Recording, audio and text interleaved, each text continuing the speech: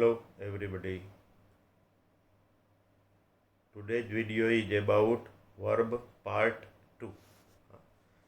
Previous video was about verb part 1. In that video we have discussed about action verb and helping verb. That was an introductory video. Now let's discuss in detail about the verb. Look at the chart.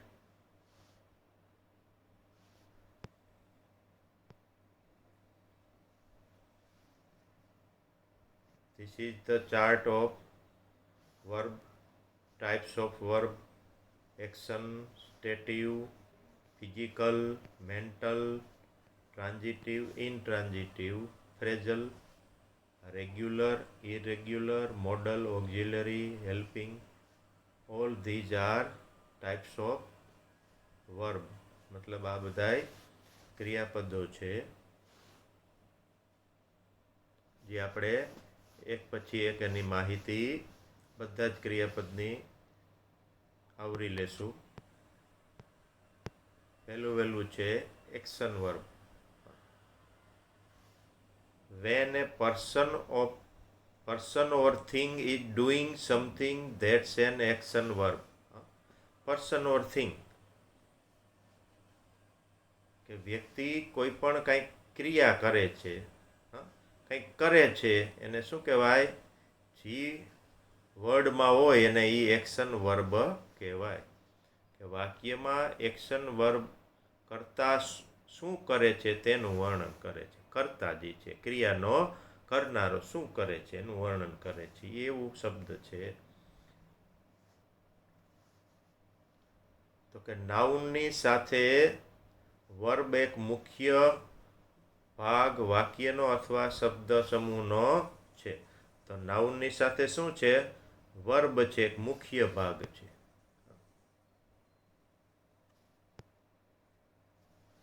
હકીકતમાં ક્રિયાપદ વગર સંપૂર્ણ વિચારો યોગ્ય રીતે વ્યક્ત કરી શકાતા નથી. વાક્યમાં વર્બ ન હોય એટલે કોઈ વાક્યનો અર્થ જ સમજાતો નથી. તો આ વાક્યના વર્બને ઓળખવા બિલકુલ સહેલા છે. કઈ રીતે ઓળખીએ? તો કે જે છે એ સબ્જેક્ટની પછી હોય છે. સબ્જેક્ટ કા નાઉન હોય ને કા પ્રોનાઉન હોય છે. અહીંયા વાક્ય દ્વારા સમજીએ. આ વાક્ય છે આ કે Raju eats his dinner quickly. તો રાજુએ પોતાનું ડિનર જે છે એ ક્વિકલી એટલે ઝડપથી. ક્વિકલી એટલે શું થાય? ઝડપથી પૂરું કર્યું અથવા તો ખાય છે એમ. રાજુ પોતાનું ડિનર ઝડપથી ખાય છે. તો અહીંયા આપણે જે ઉદાહરણ દ્વારા સમજાવ્યું છે કે આ જે છે એ શું છે? સબ્જેક્ટ છે. આ છે આ વર્બ છે. એરો દ્વારા પણ બતાવ્યું છે કે રાજુ છે એ સબ્જેક્ટ છે અને ઇટ્સ છે એ વર્બ છે. તો આ રીતે સરળતાથી વર્બ એટલે કે ક્રિયાપદને આપણે ઓળખી શકીએ. બીજું ઉદાહરણ છે I run faster than David. તો આઈ છે એ સબ્જેક્ટ છે. તો અહીં નાઉનને બદલે પ્રોનાઉન વપરાણું છે. અને રન છે, રન એ શું છે? એ વર્બ છે.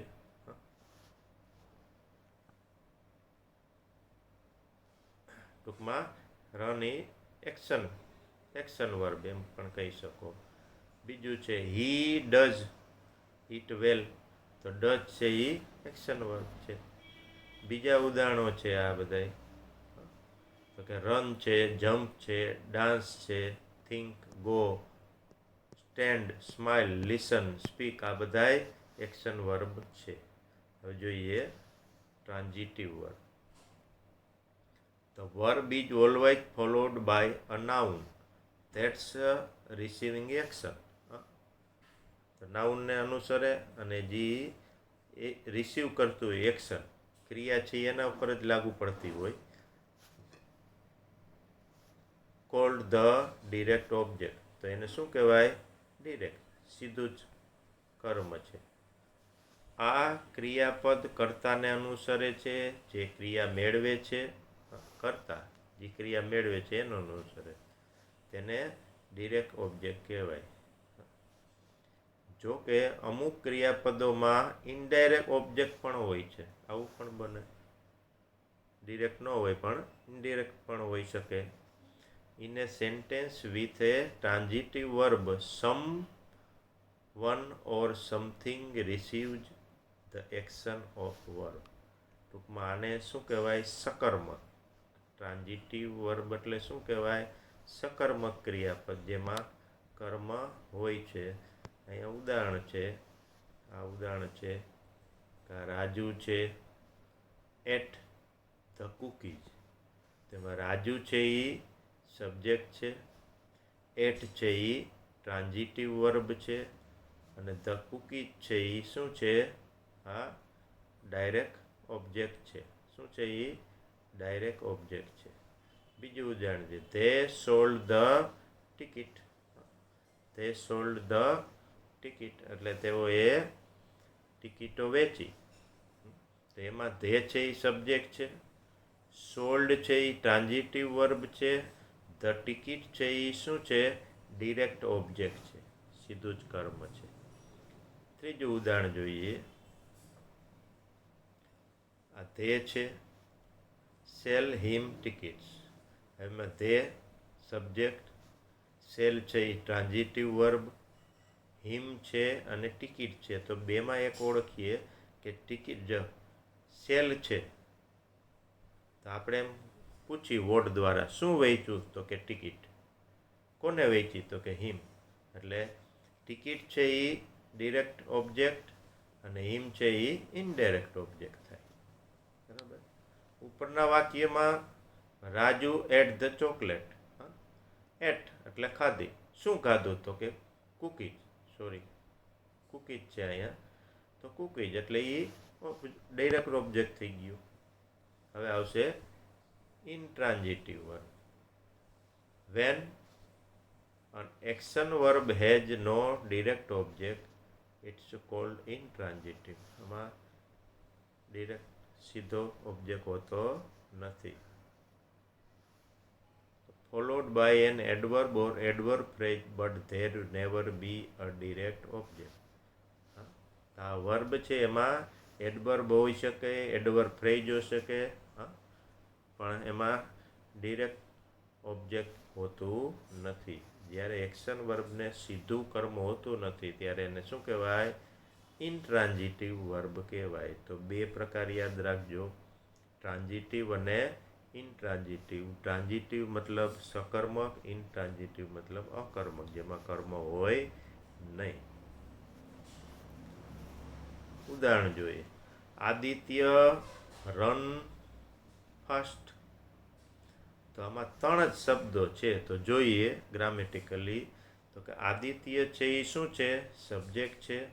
રન્સ છે એ ટ્રાન્ઝિટિવ ઇનટ્રાન્ઝિટિવ વર્બ છે, અને ફાસ્ટ છે એ એડવર્બ છે. હવે no object here to receive the action. આ વાક્યમાં કોઈ ડાયરેક્ટ ઓબ્જેક્ટ છે નહીં જે ક્રિયા રિસીવ કરે. કારણ કે શું દોડે આપણે એમ કહી તો જવાબ થોડો કંઈ આવે. તો અમુક જે વર્બ છે આપણે ઇંગ્લિશમાં જે છે એ ઇનટ્રાન્ઝિટિવ વર્બ છે. તો easy way to tell the difference between transitive and intransitive is to ask question. પ્રશ્ન પૂછવાનો. What is receiving the action from this verb. આ ક્રિયાપદમાંથી કોણ એક્શન રિસીવ કરે છે? If you can name a noun. જો તમે નામ આપી શકો that it's on the receiving end, it's a transitive word, તો એને સકર્મક કહેવાય. if you can't name a noun, જો તમે કોઈ નામ ન આપી શકો તો whether a direct or indirect object, then the verb એ ક્યું કહેવાય? ઇનટ્રાન્ઝિટિવ કહેવાય. ક્યું છે? ઇનટ્રાન્ઝિટિવ. હવે જોઈએ auxiliary verb. Auxiliary verb are also known as helping verb. આને હેલ્પિંગ વર્બ પણ કહેવાય.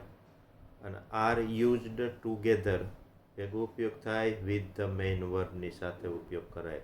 ટુ શો એટલે બતાવવા, તો વર્બ ટેન્સ બતાવવા, કાળ બતાવવા, અથવા તો ટુ ફોર્મ ક્વેશ્ચન્સ ઓર નેગેટિવ પ્રશ્નાર્થ કે નકાર વાક્ય બનાવવા ઉપયોગ થાય છે. શેનો? Auxiliary verb. Auxiliary verb helping verb કહેવાય. મુખ્ય ક્રિયાપદ સાથે કાળ બતાવવા ઉપયોગ થાય. પ્રશ્ન વાક્ય કે નકાર વાક્ય બનાવવા થાય. These auxiliary verbs give some context to the main verb. કોઈ સંદર્ભ આપે છે. For example, letting the reader know when the action took place. ક્યારે ક્રિયા શરૂ થવાની છે. ઓક્ઝિલરી વર્બ એટલે કે સહાયકારક ક્રિયાપદ હેલ્પિંગ વર્બ તરીકે ઓળખાય. મુખ્ય ક્રિયાપદ સાથે તેનો કાળ બતાવવા વપરાય, અથવા તો પ્રશ્નાર્થ કે નકાર બનાવ. સંદર્ભ આપે, ક્યારે ક્રિયા થવાની છે તે બતાવે. બરાબર છે. તો let's look the chart of verb, auxiliary verb main. So these are the auxiliary verb, helping verb: would, should, do, did, may, can. આ બધાય વાક્યમાં મેઇન વર્બ છે એને હેલ્પ કરે છે. દાખલા તરીકે અહીંયા જોઈએ, I will go home after football practice. તો વિલ છે એ આ bold italic colour, different colour કરેલો છે. ઓક્ઝિલરી વર્બ વિલ છે. એનાથી ખબર પડે છે ક્રિયા ક્યારે થવાની છે. દાખલા તરીકે કે આફ્ટર ફૂટબોલ પ્રેક્ટિસ, કે ફૂટબોલની પ્રેક્ટિસ પૂરા થાય પછી આઈ વિલ ગો હોમ, પછી હું ઘરે જઈશ. હવે આ વિલને વાક્યમાંથી હટાવી દઈ તો શું થાય? I go home after football practice. આ વાક્યમાં ક્રિયા માટે કોઈ ચોક્કસ સમયગાળો નક્કી થતો નથી. વિલથી નક્કી થાય કે એના પછી, એમ સીધું. આઈ મે ડાન્સ વિથ યુ લેટર. આઈ મે કદાચ, એમ લેટર એટલે પછીથી કરી શકું ડાન્સ તમારી સાથે. Might you dance with me later. આ રીતે આનો ક્વેશ્ચન બનાવવામાં પણ ઉપયોગ થઈ શકે. ડીડ વી કન્સિડર અજય's ફિલિંગ. અજયની ફિલિંગ ધ્યાનમાં લઈ શકીએ એમ કે. તો ડીડ છે, આ છે, બંને એમ બતાવે છે કે આ પ્રશ્નાર્થ વાક્ય બનાવવા પણ ઉપયોગી છે. હવે આવે છે મોડલ વર્બ. તો આ મોડલ વર્બ છે. કેન, મસ્ટ, મે, શુડ અને વુડ છે. આ બધાય મોડલ વર્બ. આ બહુ ઇમ્પોર્ટન્ટ વર્ડ છે, જે જનરલી એમને આપણે રૂટીન લાઈફમાં પણ આનો ઉપયોગ વારંવાર કરીએ છીએ. તેના વાક્યો જોઈએ. He can shoot a 3-point shot easily. 3-point shot easily એટલે હી કેન, મહત્વનું એ છે, કલર અલગ આપેલો જ છે. તો કેન ઈ શું છે? કેન ઈ મોડલ વર્બ છે અને શું બતાવે છે? ક્ષમતા, સ્કિલ બતાવે છે. કોઈ માણસ સક્ષમ છે એમ બતાવે, ક્ષમતા બતાવે. બીજું છે આઈ શુડ ગો હોમ. આ શુડ છે, આ મોડલ ઓક્ઝિલરી છે. શુડ એ જવાબદારી કે ફરજ, ઓબ્લિગેશન બતાવે છે. જવાબદારી કે ફરજ એમ આપણી છે. શુડ ગો હોમ એટલે હવે જવું જોઈએ, જોઈએ. તો જોઈએ જ્યાં જ્યાં આવે ત્યાં શુડ છે. મસ્ટ પણ એ જ ભાવમાં છે, પણ થોડોક ડિફરન્ટ રીતે છે કે યુ મસ્ટ નોટ ડિલે. તો મસ્ટ છે એ મોડલ ઓક્ઝિલરી છે અને ફરજિયાતનો ભાવ બતાવે. આપણે એમ કહીએ યુ મસ્ટ ગો, મતલબ તારે જવું જ જોઈએ. યુ મસ્ટ ડુ એટલે તારે કરવું જ જોઈએ, ફરજિયાતપણાનો ભાવ આવે છે મસ્ટમાં. હા, we must obey rules of our nation અથવા તો ટ્રાફિક રૂલ્સ એમ કહી શકે. મસ્ટ એટલે એમાં કોઈ અનિવાર્ય બીજો કોઈ ઓપ્શન હોતો નથી એ સેન્સમાં. બીજું છે સેલી વુડ નોટ રેકમેન્ડેડ યુ. તો અહીં વુડ છે એ મોડેલ છે અને એ છે એ સંભાવના બતાવે છે. આ વુડ મોડેલ ઓક્ઝિલરી શું બતાવે? સંભાવના. વુડ નોટ રેકમેન્ડેડ યુ, કદાચ એવી સંભાવના છે કે તને રેકમેન્ડ ન કરે, ભલામણ ન કરે. રાજુ મે બી લેટ, તો રાજુ છે એ મોડલ્સ છે અને મે છે એ શું બતાવે છે? સંભાવના બતાવે. શું બતાવે છે? એ સંભાવના બતાવે છે.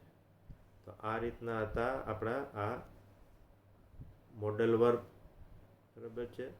એની અલગ અલગ ઉપયોગ છે વાક્યમાં. તો અહીંયા આ પાઠ આપણે પૂરો કરીએ છીએ. આના પછી વર્બનો નેક્સ્ટ પાર્ટ પણ આવશે.